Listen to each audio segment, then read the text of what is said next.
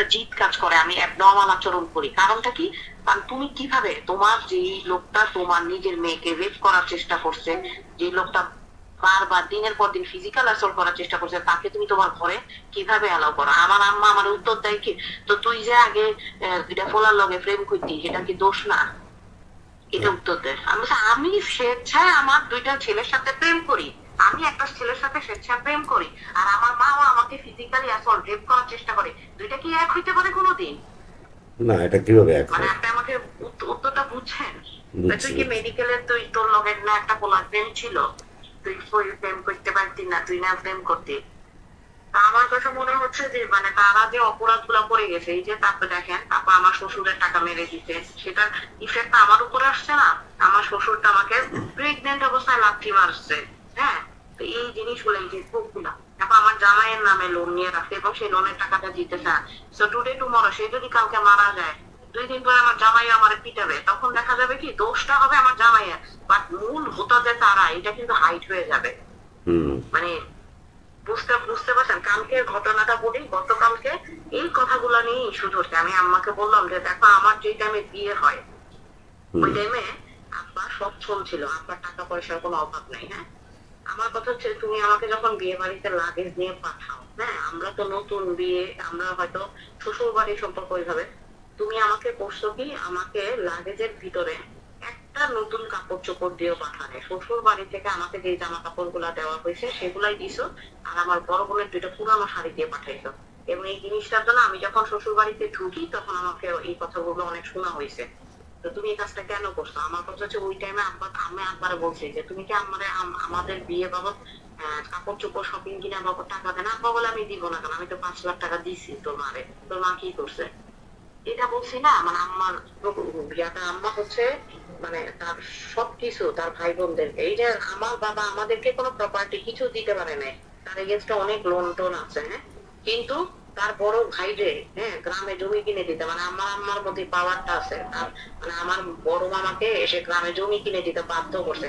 আপনি জিনিসটাকে এত ইজিলি দিয়েছেন, এটা কিন্তু সবাই পারে না। মানে আপনার বউ আপনাকে দিয়ে একটা জমি তার ভাইয়ের নামে লেখাইতে পারবে? এটা হয় কখনো? না। সে নিজে হইলো লোনের কোটি কোটি টাকা লোনের তলায় পড়ে আছে। এই জিনিসগুলো যখন বলছি না, আমার তো মেজাজ গরম করে, আমি তাদের সাথে অনেক মানে হয় চিল্লাচিল্লি করছি, গালাগালি করছি, সেটা একই হিসাব। সে আমাকে প্রায় 20 ইঞ্চি পুরো একটা টেবিল, হ্যাঁ, আমার একদম গায়ের মধ্যে মেলা মারছে। তো আমার গায়ের মধ্যে অনেকগুলা গ্লাসের টুকরা টুকরা পড়ছে, প্লাস হচ্ছে ওই গ্লাসটা বড় গ্লাস যেটা টেবিলে ডাইনিং টেবিলের গ্লাস, ওইটা আমার জামাই এসে ধরছে। তো ধরাতেই বাঁচা, নাইলে তো কালকে ধরেন একটা, এখন ক্রাইম রিপোর্টিং গুলো তো ধরেন আপনার একটা জায়গায় খুন হবে হয়তো, তারপরে প্রেজেন্ট হবেন, তারপরে অনেক সমালোচনা হবে, এটা হয়েছে ওইটা। আমি ভাবলাম যে এই জন্য অ্যাটলিস্ট একটা, আমি অনেক জনের সাথে যোগাযোগ করার চেষ্টা করছি, বা ফেসবুক এগুলাতে দেখলাম ওইভাবে অ্যাক্টিভলি কেউ অ্যাক্টিভ না। আমি সেক্ষেত্রে কি করতে পারি? আপনি আমার সিচুয়েশনটা বুঝতে পারছেন? আমি এখন কি করতে পারি? আমাকে বুঝছি। আপনার হাজবেন্ড সহ সেটা আপনি বলেন। আপনার হাজবেন্ড সহ আপনি একটা আমি মাঝখানে ফেসবুক থেকেই, হ্যালো জি বলেন, আপনার হাজবেন্ড সহ হ্যালো, আমার কথা শুনতে পাচ্ছেন? হ্যালো। যেটা, এবং আমি আমার বাপ মাকে কোনোভাবেই এখন আর ট্রাস্ট করি না। হ্যাঁ, সে তো সে আমার মাই আমার দিকে জিনিসটা করছে। আমার কথা হচ্ছে এই একটা ধরনের ইনসিডেন্ট হওয়ার আগে সেই ক্ষেত্রে আমি প্রোটেক্টিভ মেজার হিসেবে কি করতে পারি, বা কার শরণাপন্ন হইলে আপনি আমাকে মানে অ্যাডভাইস করেন যে এতগুলা ক্রাইম, মানে কিছুই কি করার নাই এখানে, মানে আমি এটাই বুঝতে পারতেছি না। কেন, আপনি আইন শৃঙ্খলা বাহিনীর কাছে গেলেই তো এই বিষয়টা তো তারাই আর কি দেখভাল করবে, তাই না? আইন শৃঙ্খলা বাহিনী কার কাছে যাব? থানায় যাবেন, মামলা করবেন। বাংলাদেশের পুলিশ, পুলিশ তো পুরা পলিউটেড একদম। বাংলাদেশের পুলিশটা মানে পুরা সোসাইটিটাই, মানে আমার জানা মতে কোনো, আমি থানায় বলবো, আবার থানায় কিছু ঘুষ দিয়ে ইয়া করে আসবে। এই যে আমাদের ফ্ল্যাটের ব্যাপারটা আমি আপনাকে বলি, আব্বা সেকেন্ড পার্টি যাদের কাছে সেল করে দিছে ফ্ল্যাট গুলা, হ্যাঁ, হুম।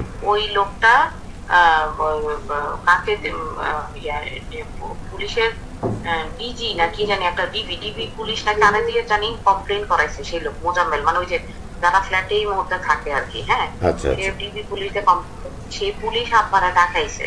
হ্যাঁ, তো যেদিন ডাকাইছে, ডাকানোর টাইমে আমি দেখছি যে আব্বা খুব মানে মানে নার্ভাস। তো একদম তো পরে মানে কানে এসে বলতেছে কি এখন তো পুলিশ আসতে পারে, তো মানে এই যে এই পারপাজে যে প্রবলেম গুলো হয় না সেটার জন্য আমার সাথে এসে দুর্ব্যবহার করে। তোর জন্য তুই মনে হয় কাউরে বলস টলস, নাইলে এই টিভির পুলিশ পুলিশ এটি আমার খুঁজে গিয়ে লাই হ্যান ত্যান এটি করতেছে। তো আমি বলছি আমি কেন, আমি তো এখনো কোনো টিভির পুলিশের কাছে যাইনি, এটা মোজাম্মেল কমপ্লেন করছে তুমি তো জানোই। মোজাম্মেল, তুমি মোজাম্মেলের কাছে ভুয়া ফ্ল্যাট দলিল দিয়ে ফ্ল্যাট বিক্রি করছো, সে ধরবে না তোমারে? চিটারি করতে পারো, একটা লোক চিটার বললে তোমারে দোষ। এগুলা বলছে, আমার উপর খুব চেতা দেখাইছে। কিন্তু পরবর্তীতে আমি দেখছি আব্বা সামহাও এটা ম্যানেজ করে ফেলছে, মানে জিনিসটা ম্যানেজেবল হয়ে গেছে।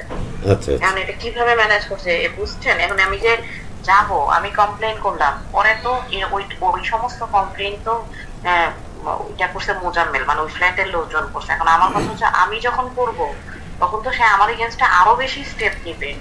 আমি এখন কি করতে, মানে আমাকে একদম পলিউশন ফ্রি যিনি পুলিশ বা যেটি বলেন এটা মানে পলিউটেড ফ্রি টিভির পুলিশের কাছে যাব নাকি কার কাছে যাব, মানে কোনটা করলে আমার জন্য ওয়াইজ হবে, নাকি আমি দুদকে কমপ্লেন করব নাকি কি করব? এতগুলা ক্রাইমের একটা মানুষ যারা করে একটার পর একটা, এবং তাকে নিয়ে সার্চ দিলেও দেখবেন, আমি তো আমার জীবনের শুধু ইতিহাস বললাম, তার জীবনের তাদের জীবন ঘটনা সার্চ করলে বহু কিছু বাইর হয়ে আসবে। আমার কথা হচ্ছে আমি এখান থেকে মুক্তি চাইতেছি, আমার 2টা বাচ্চা আছে, আমাকে লোন থেকে উনি ফ্রি করে দেন, আমি সুস্থ সবল ভাবে এখান থেকে জীবিত অবস্থায় বাইর হয়ে এগুলা থেকে মুক্তি চাচ্ছি। সেক্ষেত্রে আমি কি করতে পারি?